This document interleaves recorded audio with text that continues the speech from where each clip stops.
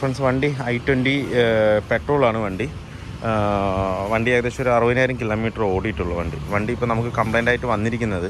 നേരത്തെ നമ്മൾ സർവീസ് ചെയ്യുന്ന വണ്ടി തന്നെയാണിത്.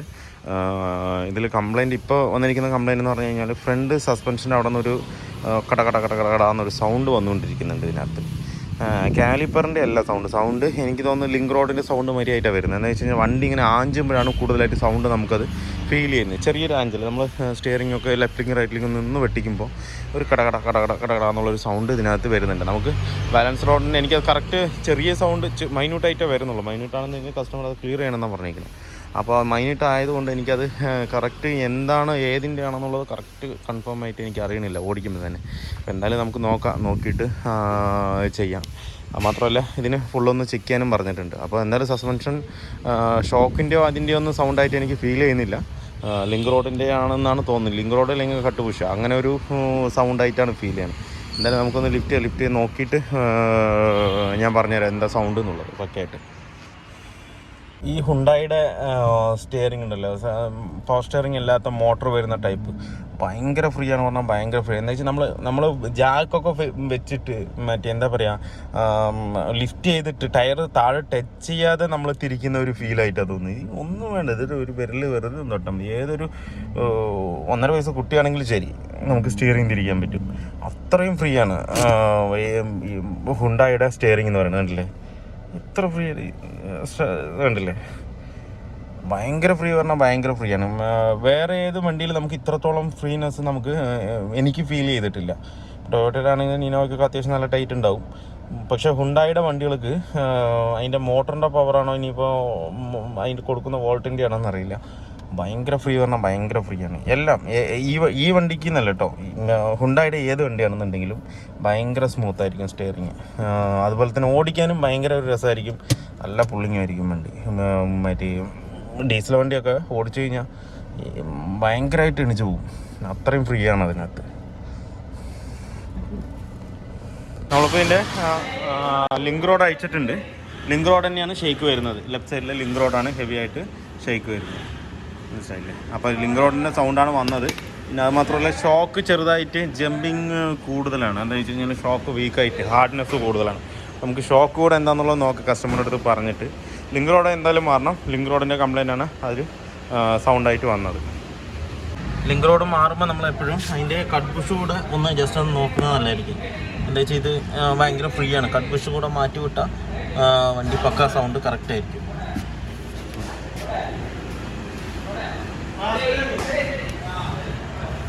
സൈഡിലും ചെറിയൊരു ഇതുണ്ട്. അപ്പം പിന്നെ കട്ട് പുഷും കൂടെ മാറ്റി വിടുക, അതായിരിക്കും ബെറ്റർ.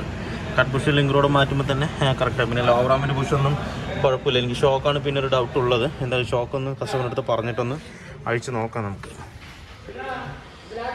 ഇപ്പം നമ്മൾ ഇതിൻ്റെ ഷോക്ക് കൂടെ അപ്രൂവൽ കിട്ടിയിട്ടുണ്ട്. എന്താണെന്ന് വെച്ച് കഴിഞ്ഞാൽ അത്രയും ഹാർഡ്നെസ് ഇതിനകത്ത് ഫീൽ ചെയ്യുന്നുണ്ട്. ഇപ്പോൾ i20യുടെ ഷോക്കിനൊക്കെ സ്വിഫ്റ്റിനേക്കാളും നല്ലോണം വില കുറവാണ് ഇതിനകത്ത് വരുന്നത്. അപ്പോൾ നമ്മൾ ഒരു 10K സർവീസും അതുപോലെ തന്നെ 4 ഷോക്കുമാണ് ഇപ്പോൾ ഇതിനകത്ത് അപ്രൂവൽ ആയിരിക്കുന്നത് നമ്മൾ ചെയ്യുന്നത്. അപ്പോൾ ഫ്രണ്ടിൽ 2 ഷോക്ക് ഇപ്പോൾ നമ്മൾ അഴിച്ച് വെച്ചിട്ടുണ്ട്. അപ്പോൾ അതുപോലെ തന്നെ പ്ലഗ് അഴിച്ച് നോക്കുമ്പോൾ പ്ലഗ് ഫുള്ള് ഷോർട്ടാണ്. അത് കണ്ടില്ലേ, ഈ ഷോർട്ടായിട്ടും മൊത്തം സ്പാർക്ക് ഇതായിരിക്കുകയാണ്. ഇപ്പോൾ 4 പ്ലഗും ഇതിനകത്ത് മാറാനുണ്ട്. അതുപോലെ എൻജിൻ ഓയിൽ സർവീസ് ഉണ്ട് ഇതിനകത്ത്. എന്തെങ്കിലും ഷോക്ക് വന്നിട്ട് നമുക്ക് ഷോക്ക് കൂടെ അതിനകത്ത് മാറാം. ഇതിൽ പ്ലഗ് വരുന്നത് ഇറിഡിയം പ്ലഗാണ്. ഇറിഡിയം പ്ലഗിൻ്റെ പ്രത്യേകത എന്ന് വെച്ച് കഴിഞ്ഞാൽ അതിൻ്റെ ടിപ്പ് ചെറുതായിരിക്കും. നമ്മുടെ സാധാ പ്ലഗാണെങ്കിൽ വലിയ പ്ലഗാണ്. അത് കുറേ ഓടുമ്പോൾ തേഞ്ഞ് കട്ടായി പോകും, കത്തി പോകും. ഇതങ്ങനെയല്ല, ഇതിൽ കറക്റ്റ് സ്പാർക്ക് കറക്റ്റ് ലെവലിൽ അതിനകത്ത് കിട്ടും. ഇറിഡിയം പ്ലഗ് സാധാ പ്ലഗിനേക്കാളും വില കൂടുതലാണ് ഇതിന്. ഏകദേശം ഒരു 200 ചില്ലാൻ രൂപയോളം വില വരും ഒരു പ്ലഗിന്. ഇത് ഏകദേശം ഒരു 1 ലക്ഷം കിലോമീറ്റർ ആകുമ്പോഴാണ് ഇത് നമ്മൾ മാറ്റാറ്. ഇതിപ്പോൾ ഏകദേശം 80,000 കിലോമീറ്റർ 84,000 കിലോമീറ്റർ ഓടിയിട്ടുണ്ട്. ഇത്ര ഷോർട്ടായപ്പം നമ്മൾ അതും കൂടി മാറ്റാമെന്ന് വെച്ച്. സാധനം കിട്ടാനുണ്ട് ഒറിജിനൽ തന്നെ.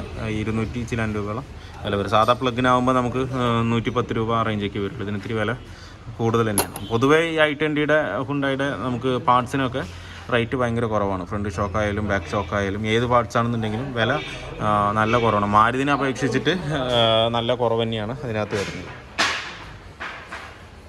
നമ്മൾ ഷോക്ക് കംപ്ലീറ്റും വന്നിട്ടുണ്ട്. ഇത് റിയർ ഷോക്കാണ്. റിയർ ഷോക്ക് ഒരെണ്ണത്തിന് 1460 രൂപ വരുന്നുണ്ട്. ഒരെണ്ണം 2 ഷോക്ക് എടുത്തിട്ടുണ്ട് റിയറിലേക്ക്. രണ്ടും ഒറിജിനൽ പാർട്സ് തന്നെ. അതുപോലെ ഇത് ഫ്രണ്ട് ഷോക്കാണ് 2 എണ്ണം. അത് നമ്മൾ ഓയിൽ തന്നെ എടുത്തിട്ടുണ്ട്. അതിന് ഏകദേശം 1497 രൂപ ഒരു ഷോക്കിന് വരുന്നുണ്ട് ഫ്രണ്ടിൽ. അത് 2 എണ്ണം എടുത്തിട്ടുണ്ട്. പിന്നെ മൗണ്ടും നമ്മുടെ i20യുടെ വർക്ക് ഫുള്ളി കംപ്ലീറ്റ് ആയിട്ടുണ്ട്. ഇപ്പോൾ വണ്ടി പക്ക സ്മൂത്ത് ആയിട്ടുണ്ട്. എന്താണെന്ന് വെച്ച് കഴിഞ്ഞാൽ ഫ്രണ്ട് സസ്പെൻഷൻ നമ്മൾ ഫുള്ളായിട്ട് പണിതപ്പം ലിങ്ക് റോഡ് മാറുന്നതിൻ്റെ കൂടെ എപ്പോഴും നമ്മൾ ആ കട്ട് ബുഷും കൂടെ മാറ്റി വിടുമ്പം പക്കയായിരിക്കും. എന്താ വെച്ച് കഴിഞ്ഞാൽ ചെറിയൊരു ലൂസ് ഉണ്ടെന്നുണ്ടെങ്കിൽ അതിൻ്റെ ഒരു സൗണ്ട് ഇടുന്ന് പറഞ്ഞാൽ മൈന്യൂട്ടായിട്ട് വന്നുകൊണ്ടിരിക്കും. അപ്പോൾ നമ്മൾ ലിങ്ക് റോഡ് ഏത് വണ്ടിയിലാണെന്നുണ്ടെങ്കിലും നമ്മൾ സ്റ്റെപ്പ് ലിങ്ക് മാറുമ്പോൾ കട്ട് ബുഷ് മാറ്റുന്നത് ഏറ്റവും ബെസ്റ്റ് ആയിരിക്കും. എന്താണെന്ന് വെച്ച് കഴിഞ്ഞാൽ ഈ വണ്ടി ചരിയുമ്പോഴും വണ്ടി ഇളകുമ്പോഴൊക്കെ കൂടുതലായിട്ടും നമുക്ക് സ്റ്റെബിലൈസേഷൻ തരുന്നത് ആ കട്ട് ബുഷ് കറക്റ്റായാൽ മാത്രമേ കറക്റ്റ് സ്റ്റെബിലൈസേഷൻ കിട്ടും. അല്ലാന്നെങ്കിൽ ആ കട്ട് ബുഷ് ഷെയ്ക്ക് ആയതിന് ശേഷമായിരിക്കും പിന്നെ എന്താ പറയുക നമുക്ക് കൺട്രോൾ കിട്ടുന്നത്. അത് മാത്രമല്ല അതിൻ്റെ സൗണ്ട് പടക്കെന്ന് പറഞ്ഞാൽ അടിച്ചും കൊണ്ടിരിക്കും. നമ്മൾ ഒരു സൈഡിലേക്ക് ചരിയുമ്പോൾ വണ്ടി കൂടുതൽ റോളിങ് ആകാതിരിക്കാൻ വേണ്ടിയിട്ടാണ് ആ സ്റ്റെബിലൈസർ നമുക്ക് നമ്മളെ സഹായിക്കുന്നത്. വണ്ടി സ്റ്റേബിളായിട്ട് സ്ട്രൈറ്റ് ആയിട്ട് പോകാൻ വേണ്ടിയിട്ട് നമുക്ക് നല്ലോണം സഹായിക്കുന്നത് ഈ സ്റ്റെബിലൈസറാണ്. എന്താണെന്ന് വെച്ച് കഴിഞ്ഞാൽ നമ്മൾ ഒരു സൈഡിലേക്ക് ചരിയുമ്പോൾ ആ സൈഡ് പൊക്കി കൊടുക്കുന്നതും ഈ സ്റ്റെബിലൈസർ ബാറിലാണ് അതിൽ കൊടുക്കുന്നത്. അപ്പോൾ ആ ബുഷ് കറക്റ്റായാൽ മാത്രം തന്നെ നമുക്ക് പക്ക സൗണ്ട് ആണെങ്കിലും ശരി, വണ്ടി സ്റ്റെബിലൈസിങ് ആണെങ്കിലും ശരി, എല്ലാം പക്കയാവുള്ളൂ. നേരെ നമുക്ക് പോകാൻ പറ്റുള്ളൂ. ആ സ്റ്റെബിലൈസർ ബാർ നമ്മൾ അഴിച്ചു വിട്ടിട്ട് വണ്ടി ഓടിക്കുകയാണെന്നുണ്ടെങ്കിൽ നമുക്ക് കറക്റ്റായിട്ട് അറിയാൻ പറ്റും. വണ്ടി ഇങ്ങനെ ആഞ്ചി പോകും. നമ്മളൊന്ന് ഇങ്ങനെ പെട്ടെന്ന് തിരിച്ചു കഴിഞ്ഞ് കഴിഞ്ഞാൽ വണ്ടി ഒറ്റ ചരിയല്ല അങ്ങോട്ട് താഴത്തേക്ക് പെട്ടെന്ന് റോൾ ചെയ്തിട്ട് മറിയാനും സാധ്യത കൂടുതലാണ്. അതിനൊക്കെ കറക്റ്റാക്കാൻ വേണ്ടിയിട്ടാണ് ഈ സ്റ്റെബിലൈസർ ബാർ കൊടുക്കുന്നത്. അപ്പോൾ അതിലുള്ള ബുഷും അതിലുള്ള ലിങ്ക് റോഡും പക്ക പെർഫെക്റ്റ് ആയിരിക്കണം. കൂടുതലും നമുക്ക് സസ്പെൻഷൻ്റെ അടി വരുന്നത് അതിലാണ്. നമ്മൾ വണ്ടി ചരിയുമ്പോഴും അതിലേക്ക് ലോഡ് വരും. അതുപോലെ നമ്മൾ കട്ടറിൽ ചാടുമ്പോൾ എല്ലാത്തിലേക്കും കൂടുതൽ ലോഡ് നമുക്ക് സ്റ്റെബിലൈസർ ബാറിലേക്ക് വരും. അപ്പോൾ അതിൻ്റെ പുഷും കാര്യങ്ങളും എപ്പോഴും ഏത് വണ്ടിയാണെങ്കിലും ശരി പക്കയായിരിക്കണം. ഏകദേശം എല്ലാ വണ്ടിയിലും ഉണ്ടാവും സ്റ്റെബിലൈസർ റോഡ്. നമ്മുടെ കെ സീരീസ് വാഗണറിനൊന്നും വരുന്നില്ല. അങ്ങനെ ഒരു ചില വണ്ടികൾക്ക് മാത്രമേ നമുക്ക് സ്റ്റെബിലൈസർ ബാർ ഇല്ലാത്തുള്ളൂ. ബാക്കി എല്ലാത്തിലും സ്റ്റെബിലൈസർ ബാർ നമുക്ക് വരും. ലിങ്ക് റോഡും ബാറും എല്ലാം ഇതിനകത്ത് വരുന്നതാണ്. അപ്പോൾ ഇപ്പോൾ വണ്ടി പക്ക സ്മൂത്ത് ആയിട്ടുണ്ട്. അതുപോലെ തന്നെ നേരത്തെ ഉള്ള ഒരു ജമ്പിങ് കാര്യങ്ങളൊന്നും ഇല്ല. പക്ക സ്മൂത്ത് ആയിട്ട് തന്നെ ഒരു i20 അല്ലെങ്കിൽ ഹുണ്ടായുടെ വണ്ടി എങ്ങനെയാണോ പോകുന്നത് ആ രീതിക്ക് മാത്രമേ വണ്ടി കറക്റ്റ് ആയിട്ടുള്ളൂ. അത് മാത്രമല്ല നമ്മൾ പ്ലഗൊക്കെ മാറ്റിയപ്പോൾ എഞ്ചിൻ കുറച്ചുകൂടെ ഒന്ന് സ്മൂത്ത് ആയിട്ടുണ്ട്. നമുക്ക് റൺ ചെയ്യുന്നത് അത്ര ഫീൽ ആകുന്നില്ല. പൊതുവേ ഹുണ്ടായുടെ വണ്ടികൾ ഭയങ്കര സൈലൻ്റാണ്. എഞ്ചിനായിക്കോട്ടെ. അതുപോലെ തന്നെ എടുത്തു പറയേണ്ട കാര്യം എന്താ വെച്ച് കഴിഞ്ഞാൽ സ്റ്റിയറിംഗ് പക്ക സ്മൂത്ത് ആയിരിക്കും. പക്ക സ്മൂത്ത് പറഞ്ഞാൽ ഏതൊരു കുഞ്ഞു കുട്ടിക്ക് പോലും തിരിക്കാവുന്ന പോലത്തെ ഉള്ളൊരു സ്റ്റിയറിംഗ് ആണ് ഈ മറ്റേ ഹുണ്ടായുടെ വണ്ടികൾക്ക് വരുന്നത്. പൊതുവെ മറ്റേ ഹൈഡ്രോളിക് അല്ല, മോട്ടോർ ടൈപ്പ് വരുന്ന എല്ലാ വണ്ടികൾക്കും നല്ല സ്മൂത്തായിരിക്കും, പക്കയായിരിക്കും, ഓടിക്കാൻ നല്ല സുഖമായിരിക്കും.